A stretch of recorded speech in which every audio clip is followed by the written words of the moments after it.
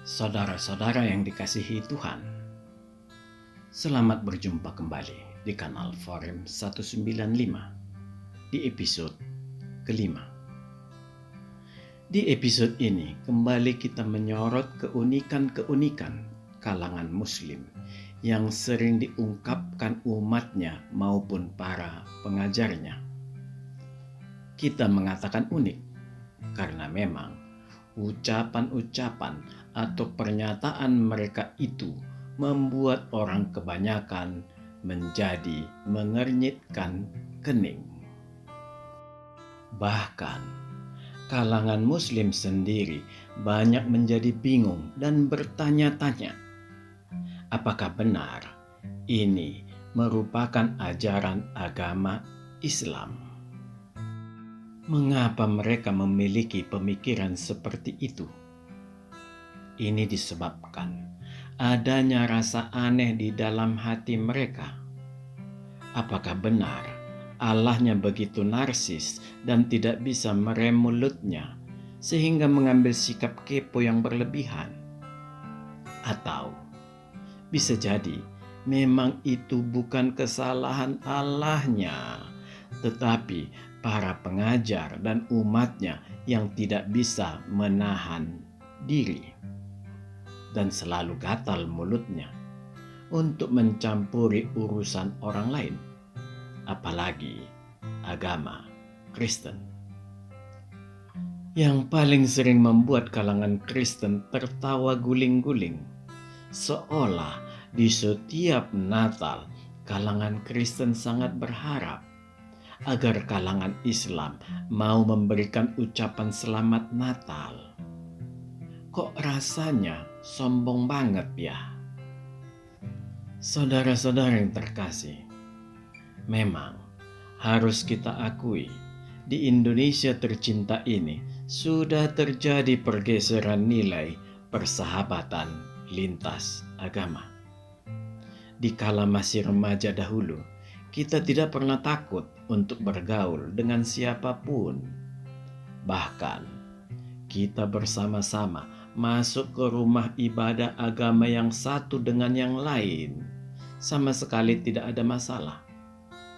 Bahkan dahulu, sebelum memulai mendaki gunung, yang biasanya kita lakukan lewat tengah malam, kita menantikan waktu tersebut dengan beristirahat di masjid atau musola atau di langgar. Sama sekali tidak ada rasa sungkan. Semua damai. Tetapi sekarang ini suasana itu sudah hilang sama sekali. Sekarang bila melihat masjid saja, rasanya kita sudah harus menjauh sejauh-jauhnya. Rasanya semakin jauh akan semakin aman dari masalah.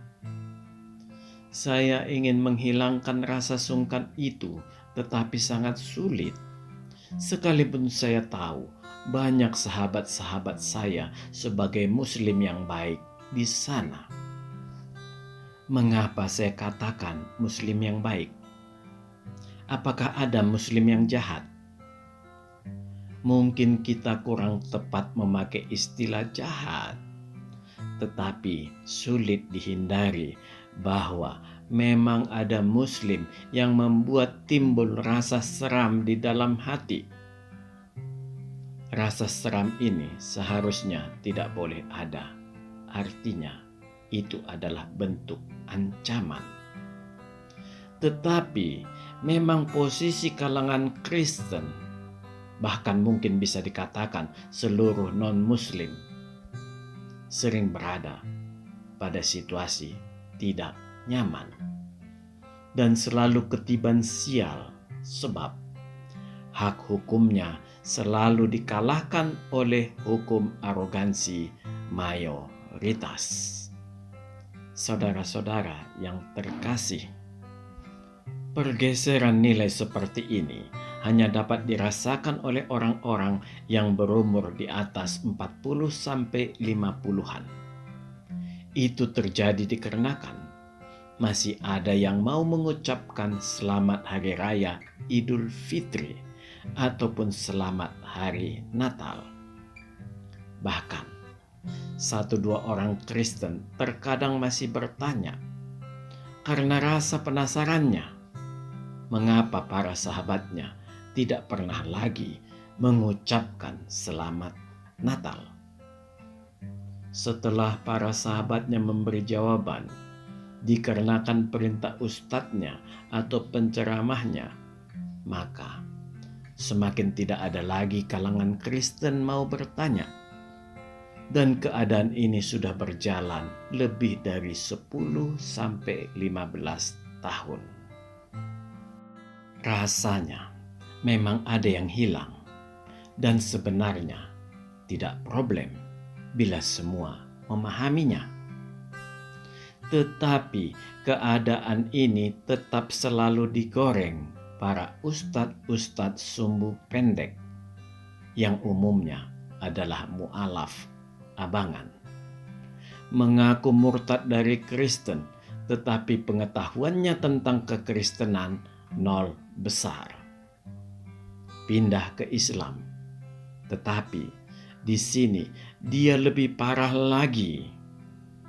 Alkitab yang bahasa Indonesia saja tidak mampu dipahaminya, apalagi Al-Quran yang lebih dominan berbahasa Arab. Mereka-mereka inilah yang mempermalukan Islam. Uniknya, Islam membiarkan segala sepak terjang mereka. Bahkan mereka disanjung-sanjung sebagai orang yang membela agama Islam. Apakah membela agama Islam harus dengan jalan menjelek-jelekkan kekristenan? Itu sungguh aneh.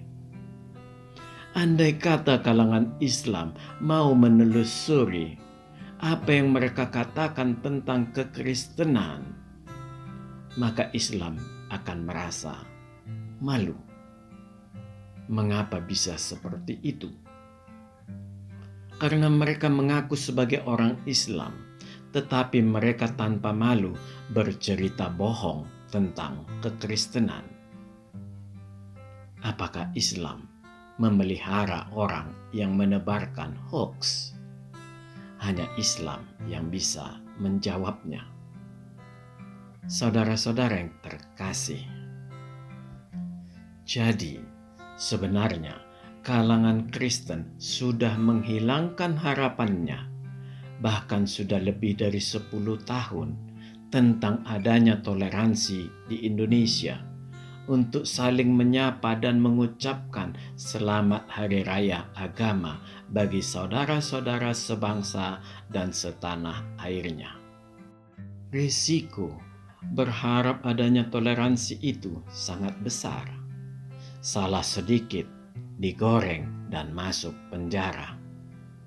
Oleh karena itu, bila sampai sekarang masih terus dimunculkan narasi-narasi seolah orang Kristen meminta kalangan Muslim untuk mau mengucapkan selamat Natal, sepertinya itu hanya halusinasi, atau bisa jadi mencari konten bahan medsosnya yang membuat kalangan Kristen tersenyum simpul. Mereka memberkas kalimatnya dengan sangat cantik. Selamat hari Natal tidak bisa kami ucapkan. Jangan paksa kami menodai akidah kami. Karena bagi kami, Nabi Isa itu bukan Tuhan. Bila kami mengatakannya, berarti kami mengakui kelahiran Tuhan. Kalimat inilah yang diagung-agungkan dan disebarkan ke seluruh umat oleh para tokoh Islam. Mengapa orang Kristen tersenyum? Lah, itu kan urusan Islam. Orang Kristen tidak pernah menganggap siapa itu Nabi Isa. Tidak ada nama itu di Alkitab, apalagi dia sebagai Tuhan. Aneh-aneh saja Islam ini. Saudara-saudara yang terkasih, semua itu terjadi dikarenakan Islam menganggap Nabi Isa adalah Yesus Kristus. Disinilah problem Islam, dan itu bukan problem Kristen. Memang Islam tetap harus berpegangan ke situ, karena hanya Alkitab yang bisa mengkoneksikan cerita Al-Quran supaya bisa memiliki akar sejarah sampai ke awal keberadaan alam semesta dan manusia. Hanya Alkitab yang bisa sebagai bumper agar Al-Quran bisa terkoneksi ke nabi-nabi atau kisah-kisah jauh sebelum Muhammad ada. Karena seluruh kisah sejarah yang umurnya lebih tua dari Muhammad hanya bisa ditemukan di Alkitab.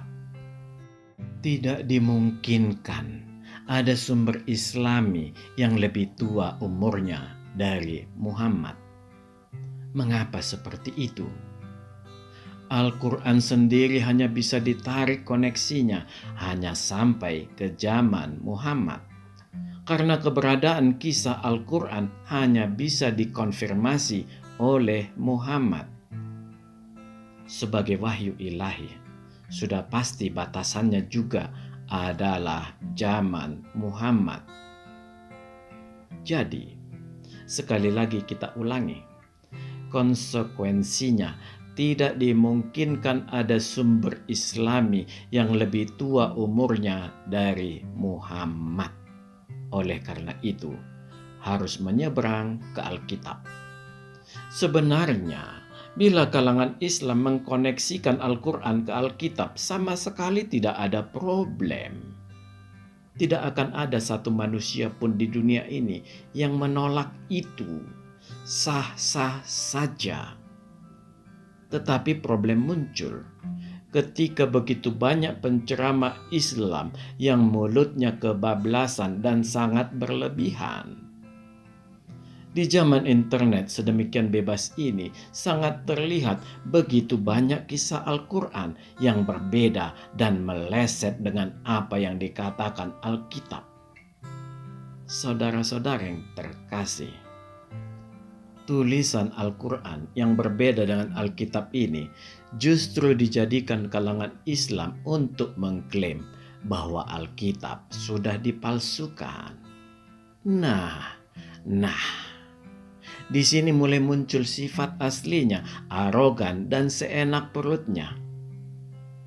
Al-Quran yang berbeda dari kitab suci kalangan Samawi, yaitu Yahudi, Kristen, dan Samaria, sekarang dengan entengnya dikatakan Alkitab palsu. Perlu dipahami kalangan Islam, Alkitab itu berisi seluruh kitab suci kalangan Samawi. Alkitab terdiri dari dua bagian, Perjanjian Lama dan Perjanjian Baru. Alkitab inilah yang disebut kitab suci Kristen. Kitab Perjanjian Lama adalah kitab suci kalangan Yahudi yang dikenal dengan nama Tanah. 5 kitab pertama Tanah dikenal dengan nama Taurat. Itulah kitab suci Samaria, terdiri dari Kejadian, Keluaran, Imamat, Bilangan, dan Ulangan. Di dalam Perjanjian Lama atau Tanah ada kitab yang bernama Mazmur Raja Daud, atau bila di Al-Quran disebut Jabur. Sedangkan Injil sering dipakai untuk menyebutkan kitab-kitab Perjanjian Baru di awal zaman kerasulan. Tetapi pada abad kedua, 4 kitab pertama Perjanjian Baru disebut sebagai Injil, yaitu Matius, Markus, Lukas, dan Yohanes. Perlu saya tambahkan, untuk 3 pertama Matius, Markus, dan Lukas lebih spesifik disebut sebagai Injil sinoptik, yaitu Injil yang merupakan kesaksian sejarah yang isinya hampir sama. Karena 3 orang rasul ini, mereka meninjaunya melalui sudut pandang secara masing-masing. Kitab Yohanes tidak termasuk Injil Sinoptik dikarenakan Rasul Yohanes masih sangat muda pada saat mengikuti Yesus Kristus. Saudara-saudara yang terkasih, jangan terlalu enteng mengatakan Alkitab palsu. Harus ada pembuktian. Dan jangan gegabah dengan mengatakan itu dikatakan Al-Quran. Marilah, jangan mempermalukan dirimu, kitabmu, nabimu, dan Tuhanmu. Sebuah kitab suci, apalagi kitab suci yang mengklaim sebagai kitab penyempurna, harus memiliki cara untuk membuktikan isinya. Sebagai penyempurna, harus membuktikan yang mana dan seperti apa kitab yang sempurna itu. Kitab Zabur atau Mazmur, di mana keberadaannya di Al-Quran. Demikian juga di mana Taurat itu, dan juga di mana Injil itu. Bagaimana menunjukkan sebuah kepalsuan jika hanya omon-omon? Sebagai kitab penyempurna, bagaimana mungkin bisa keliru menyebutkan tempat lahir Yesus Kristus? Keliru siapa ibu Yesus yang malah disamakan dengan Miriam, saudara perempuan Musa dan Harun, yang berbeda 1500 tahun dari Maria, ibu Yesus. Juga tidak tahu siapa yang dikorbankan Ibrahim. Juga keliru siapa yang mengambil Musa dari air. Bila tidak mampu membuktikan Alkitab itu palsu, sebaiknya diam. Al-Quran sendiri sangat sulit dimasukkan ke kategori ajaran samawi. Karena tiga agama tadi semua menyembah Allah Yahweh. Tidak demikian dengan Islam. Mereka menyembah Allah SWT. Para penceramah mereka selalu mengklaim Allahnya juga sama dengan Allah Kristen. Tetapi bila dikonfirmasi balik tentang kesamaan Allah itu dengan pertanyaan, siapakah Allah agama Islam? Allah SWT atau Allah Yahweh? Jawabannya muter-muter. Ini terjadi karena tidak mengerti bahwa tidak ada Allah SWT di Alkitab. Saudara-saudara yang terkasih, memang agama Islam harus mau mengatur kalangan penceramahnya agar mau menahan mulut. Jangan membukanya terlalu lebar bila memang tidak mengerti. Sekali lagi saya katakan, memang kekacauan ini sangat banyak dilakukan para mu'alaf. Sebenarnya, mereka lebih baik ditatar atau diajari dahulu tentang agama Islam, baru bisa diizinkan berdakwah. Sebagai contoh, Kainama dengan entengnya ngomong selamat hari Natal, dan dia mengatakan itu sebagaimana pengakuannya adalah pada bulan April. Jadi, memang dengan niatan menghina. Memang di antara mu'alaf yang termasuk jahat mulutnya adalah Kainama ini.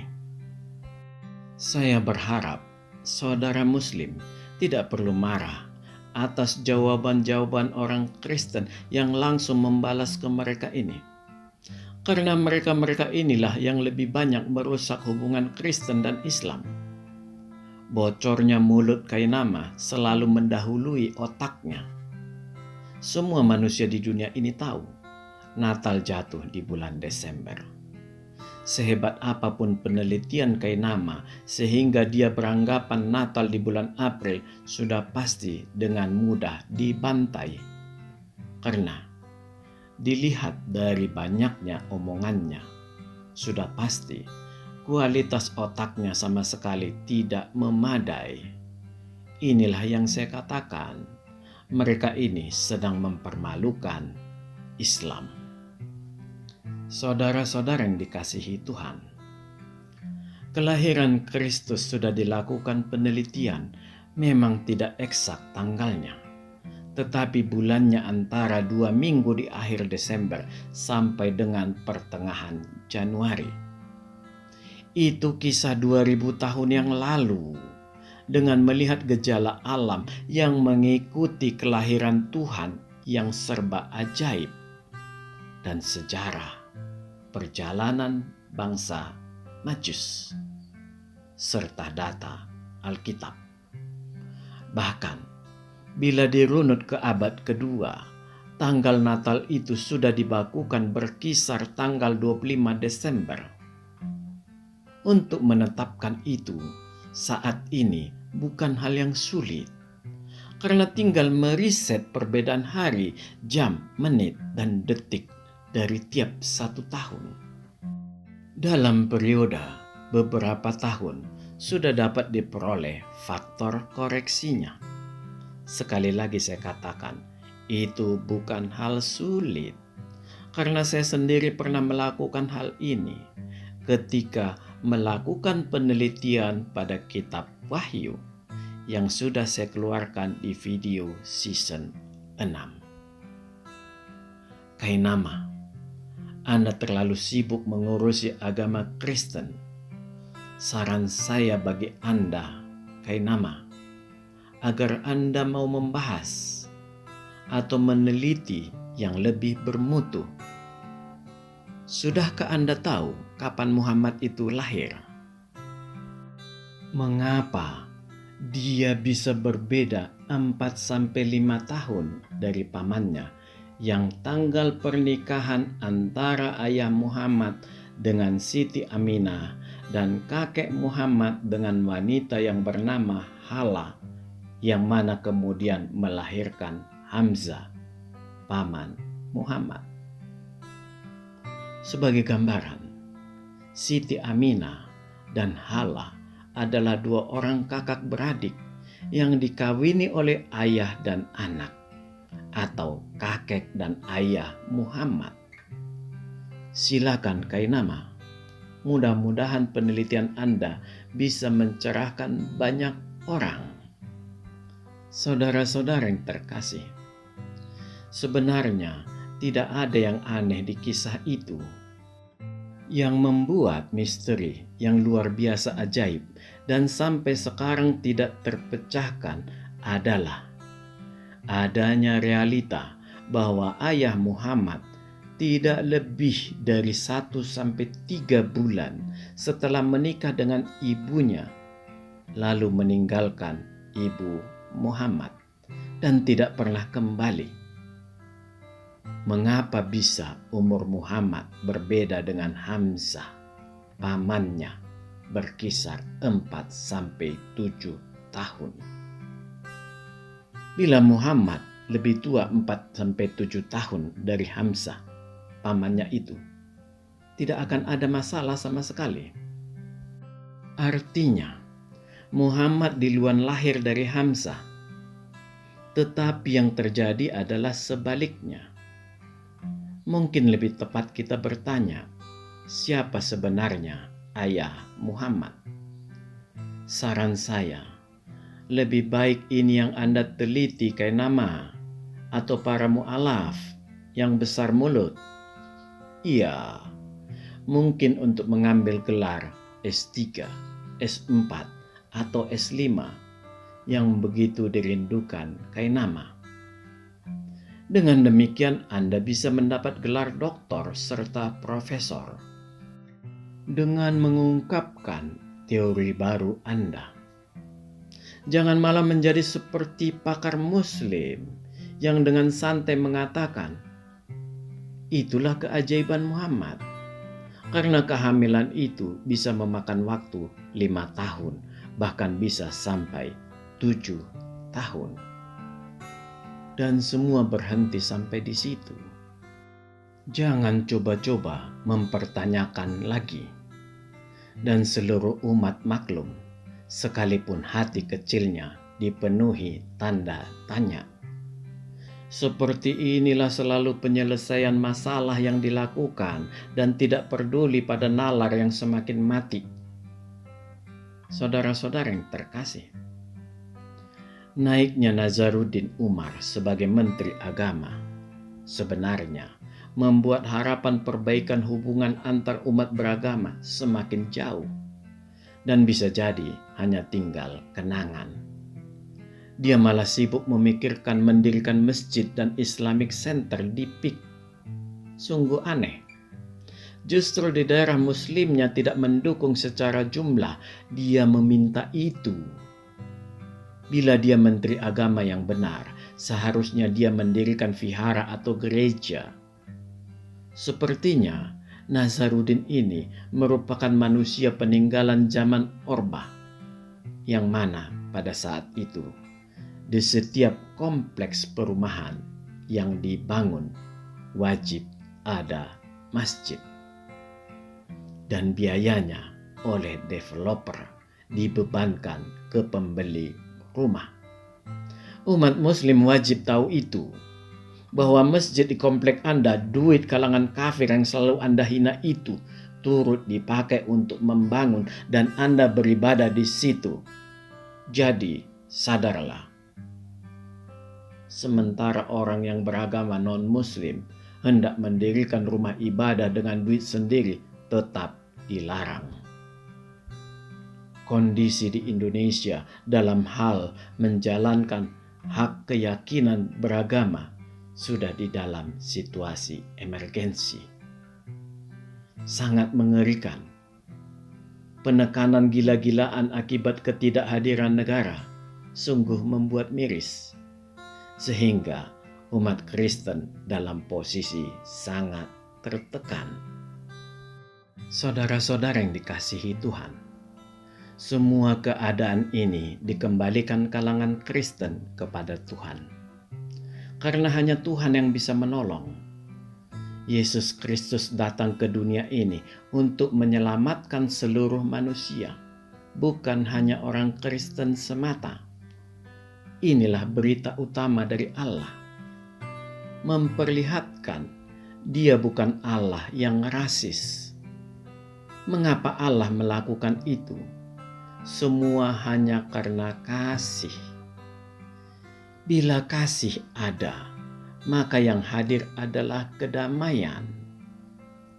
Jadi, memang Tuhan Yesus Kristus hadir untuk menyebarkan kedamaian bagi seluruh umat manusia. Yesus Kristus tidak perlu gembar-gembor bahwa Dia pembawa damai. Demikian juga orang Kristen tidak perlu menggembar-gemborkan bahwa agama Kristen adalah agama damai. Yang pasti, orang Kristen tidak mau mempermalukan Tuhan Yesus Kristus dan hanya bisa berpasrah diri di bawah naungan kasih Tuhan Yesus Kristus dan hanya mendoakan keadaan di dalam negeri ini. Hati orang Kristen akan tetap mencari kedamaian di dalam kasih Tuhan. Sekalipun orang Kristen hidup di belantara manusia-manusia arogan, yaitu manusia yang bertoleransi dengan intoleran. Amin. Tuhan memberkati kita. Marilah kita masuk ke saat teduh sejenak.